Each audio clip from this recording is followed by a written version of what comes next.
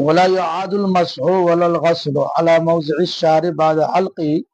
ولا الغسل بقص الظفر وشعره. نور الایضاح صفحہ نمبر 28 کا یہ مسئلہ ہے کہ مسح کو نہیں لوٹایا جائے گا اور نہ دھونے کو لوٹایا جائے گا بال کی جگہ پر اس کے کاٹنے کے بعد. یعنی کوئی آدمی سر کا بال کٹائے مڈائے باوضو ہو کر، یعنی پہلے سے وضو کیا ہوا ہے اور سر کا بال کٹوا لے مڈوا لے، تو کہتے ہیں کہ نہ تو مسح کو لوٹایا جائے گا دوبارہ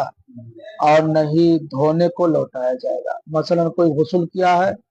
اور باوضو ہو کر کیا کہتے ہیں غسل کر لیا، یا غسل کرنے کے بعد بال مڈا لیا، بال کٹوا لیا،